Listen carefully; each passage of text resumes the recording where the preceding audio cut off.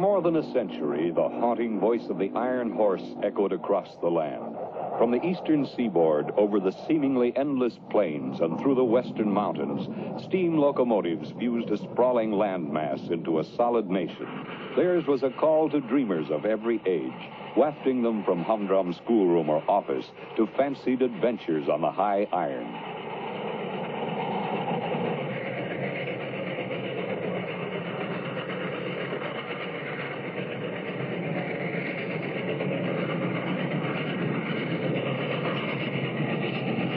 Lucky the boy who one day could say he had seen them in action. For by 1960, the age of steam had virtually ended, and the thrill of seeing a mammoth engine at work was to be only a happy memory of childhood.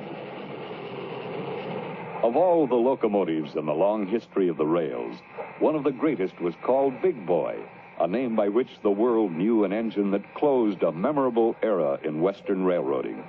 It was the last of the giants. Built as machines to produce transportation, steam locomotives seldom were endowed with grace of line, and then never at the sacrifice of efficiency and power or speed. For those who ran them and serviced them, the 25 engines of our 4000 class climaxed American steam freight locomotive design. So Big Boy was a railroad man's everyday working tool. But it had romantic aspects, too, in the dreams of those grown-up youths who, as bankers or teachers or house painters, secretly yearned to trade places with the engineer in his cab.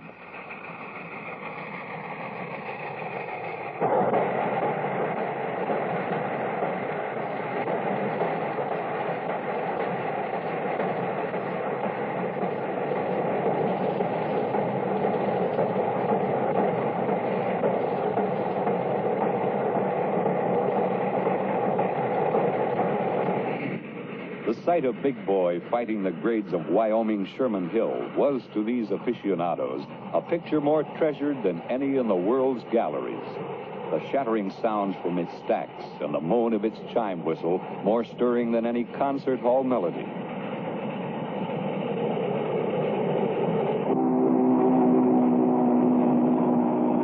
Rugged and powerful, it was on call around the clock, around the calendar, to ride a trail of steel as it drew bales and boxes and carloads of the world's goods from east to west to east again.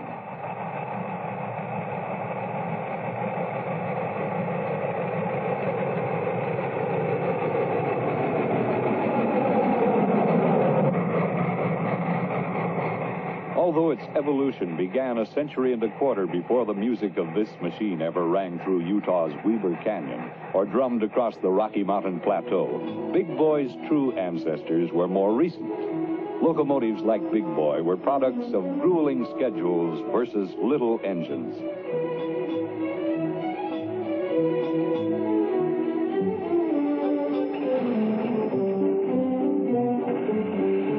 Business surged ahead in the West around the turn of the century. Railroads serving that territory found they needed more power for increasingly longer trains. The power problem raised by lengthening a train had long been met by adding another locomotive. Double heading saved time on urgent freight, but it also meant investment in extra locomotives, expensive machines whose periods of usefulness were subject to the rise and fall of business. Nevertheless, it was a grand sight to see a pair of husky little haulers leaving town to the tune of out-of-beat exhausts.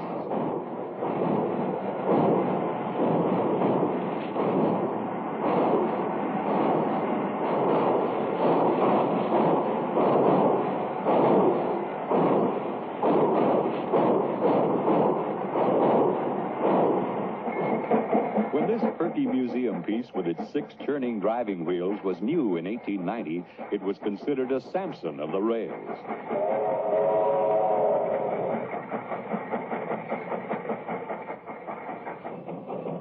But that was not enough, even then, and soon 6 drivers grew to 8. Then 8 became 10. As more feet were added to the iron horse, larger cylinders were needed to power them. More steam was needed to work the cylinders. And in this jack-built house on wheels, a larger boiler to supply the steam. More power brought more weight, which, though it aided traction by pressing the drivers to the rail, required more wheels to distribute it.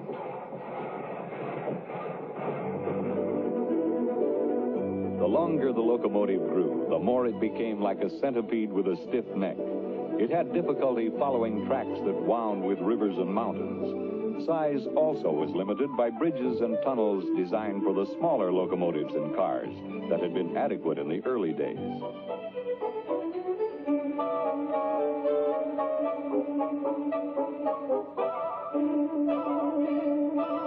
The same problem came up on European railroads. One answer to the power and size spiral was found by a Frenchman, Anatole Mallet.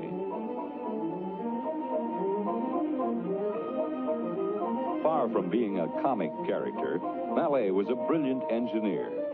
In 1889, he built a flexible locomotive. He made 2 short engine units, then joined their frames with a hinge pin. An extra pair of cylinders was added to drive the rear unit. A large boiler completed the design. Voila! The railroad world had here a new and useful piece of equipment. It bent in the middle to take curves freely. Being hinged or articulated, engines could be made longer, with more wheels to distribute the weight that was the partner of power. The first Mallet used in America, one which railroaders affectionately called Old Maud, ran on the Baltimore and Ohio Railroad. The Virginian and Erie railroads went Mallet one better and built locomotives with 3 engine units, powerful brutes but steam-hungry and hard to maintain. Mallet engines like Old Maud also were of the economical compound type. They used the steam twice. It came from the boiler first to the rear set of cylinders at high pressure. Then, as it expanded, it passed at lower pressure into a second and larger set before exhausting through the smokestack. In 1918, we put a number of Mallets to work on heavy grades. True to type, with bulging front cylinders, these engines did a good job of pulling, but they were slow movers and hard on track.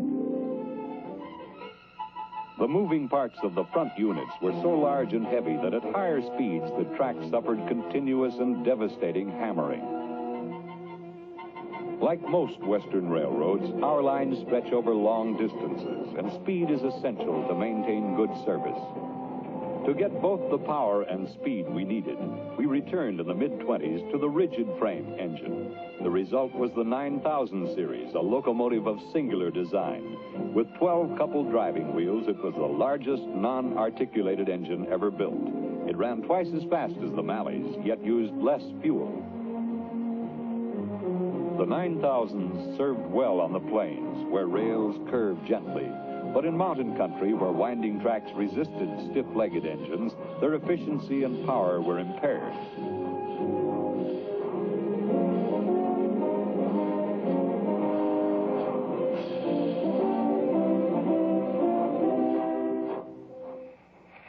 So, as early as 1936, using roller bearings and better steels, we revived the articulated type locomotive. The result was the famous Challenger.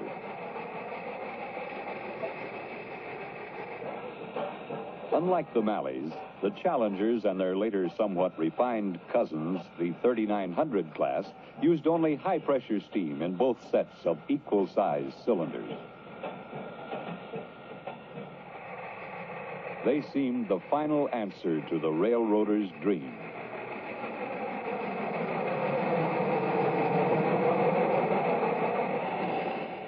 But with the threat of World War II, still more was asked of the railroads. A greater hauling capacity was needed, and even these locomotives were found wanting. Big Boy was born of necessity. Now the stretching of the locomotive had reached its maximum. Where the Challengers and 3900s had 2 sets of 6 drivers, Big Boy had 2 groups of 8. Like its forerunners, it had 4-wheel trucks under the front cylinders to lead it through the curves, and under the cab to support the huge firebox. Whether it was booming along at 80 or drifting easy, Big Boy radiated majesty. Massive and compact, a solid workhorse, yet limber as a trotter, magnificence was paired with performance. The 4000s were the largest and heaviest of their type ever built, 132 feet long, 1.25 million pounds in weight. Every inch of Big Boy had the look of irresistible force. Enough, in fact, to pull a loaded 5.5-mile-long train on level track.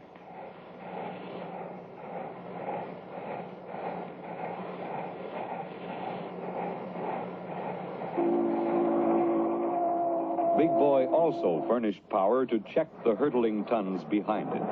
A common sight on trains descending Sherman Hill was a swirl of smoke streaming from every wheel as the brakes were applied, energized by compressed air from the locomotive.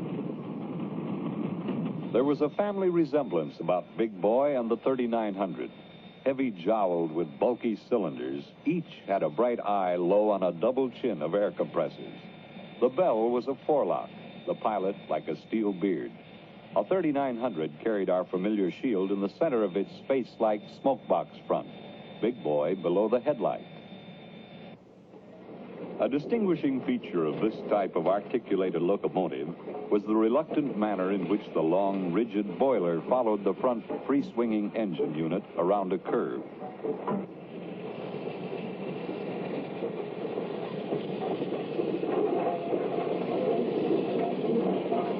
Mallet's first little double-jointed locomotive had come a long way.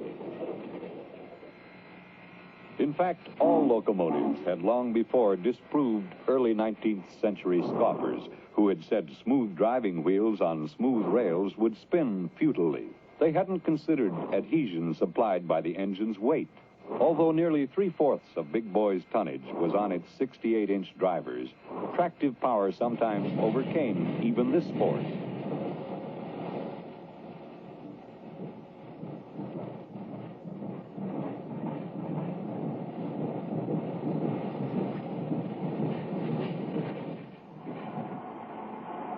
Four cylinders, each larger than a 40-gallon oil drum, powered the 16 drivers.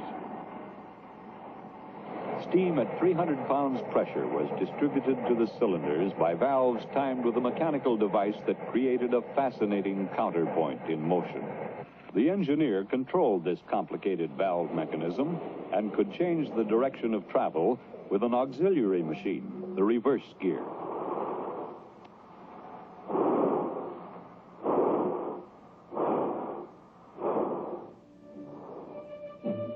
Life in Big Boy began in the firebox, a high-efficiency furnace so large that a human fireman could hardly shovel enough coal into it to make steam for the whistle.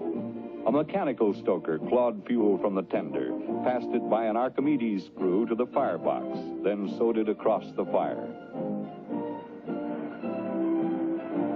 Within the steel boiler, water circulated around more than a mile of tubes and flues that carried a red-hot hurricane to generate and superheat the steam. With Big Boy's size, 2 stacks were needed. Hoods to deflect the smoke and permit a clear view from the cab often were used by the engineer. Most of a steam locomotive's life was spent in or near its own special den, the roundhouse. Though sturdy and reliable, even Big Boy often needed attention and service. Better than most engines, its availability for pulling trains still was relatively low. The roundhouse rights began at the end of the run when the fire was dumped and the grates cleaned and cooled. A never-ending job was that of removing ashes cleared from Big Boy's garage-sized firebox. Good maintenance required frequent washing to flush away the grit and grease that always gathered on a steam engine. The locomotive first was pushed through a shower, then finished by hand.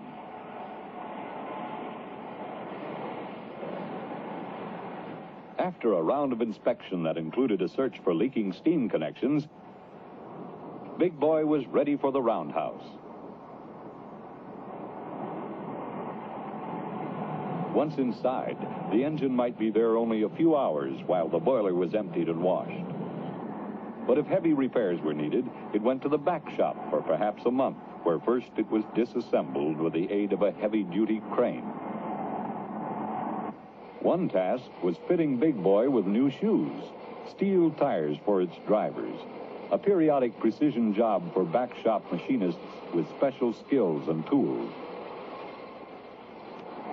After being machined, the tire was ready for mounting. It had been bored about 1/8 of an inch smaller than the diameter of the wheel center. In a spectacular operation, it was made to fit. Gas flames heated and expanded the tire until it was larger than the wheel.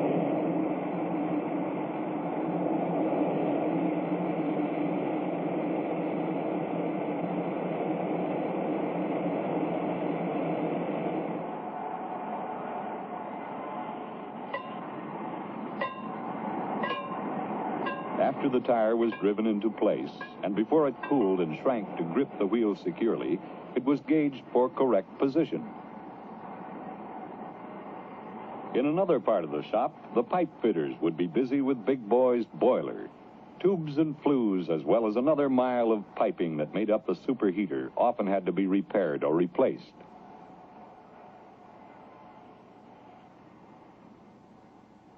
There were very few small parts on a 4000. The tools were equally large and heavy, and the work was hard.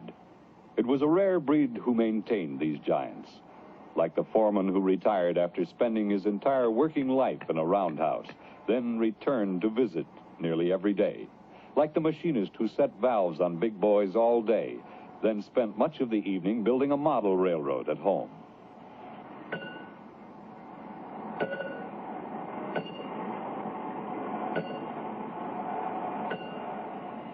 To ready a locomotive for the road, once the fire had been rekindled and the boiler was full of steam, all that remained to be done was to add fuel and water.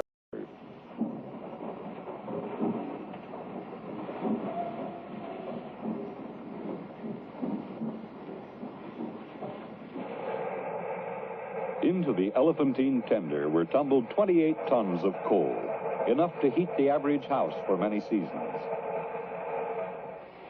For the thirsty boiler, the 86-ton tender also carried 25,000 gallons of water, more than enough for a good-sized home swimming pool. With a heavy train, a 4000 often went through most of its food and drink within the first half of a 57-mile trip over Sherman Hill.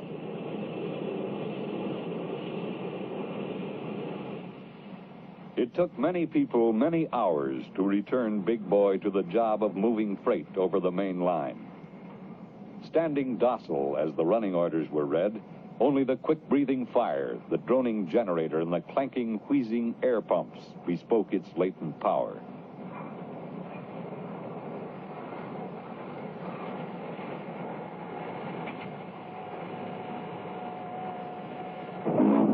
But once the engineer on his hero throne had cracked the throttle to start the tons a-rolling, it took some doing to hold Big Boy back.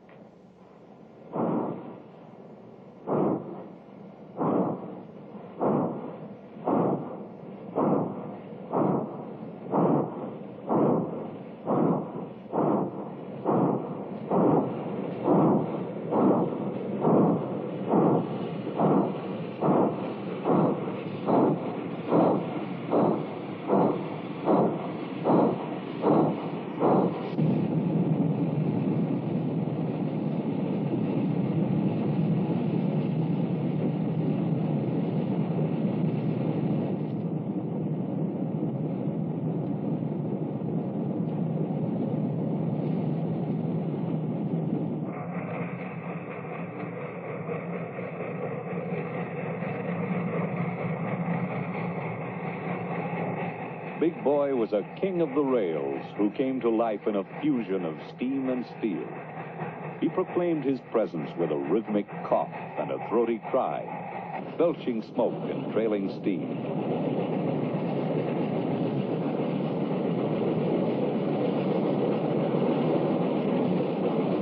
He pounded through his domain with a flashing and spinning of rods and wheels. His was an awesome majesty, but he was the last of his line to be toppled by new monarchs of the track.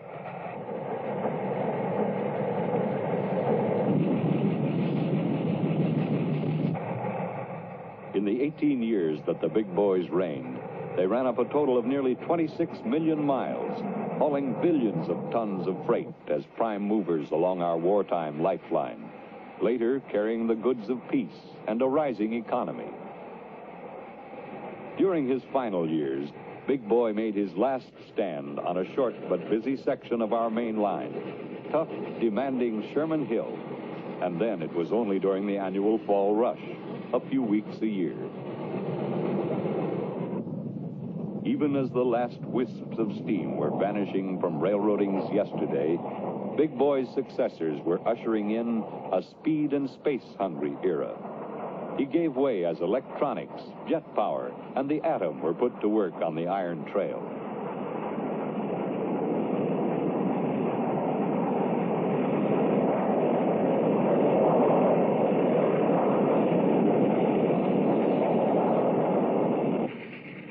So Big Boy marked the end of big steam railroading in the West.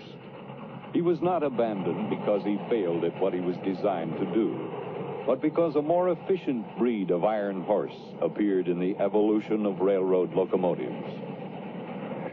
The vital link between East and West that was forged with steam engines is made even stronger today with modern motive power. The day has no end for the railroad, but whatever locomotive progress shall put at the head of tomorrow's train, the rumble and roar of Big Boy will seem still to echo from the high country of southern Wyoming.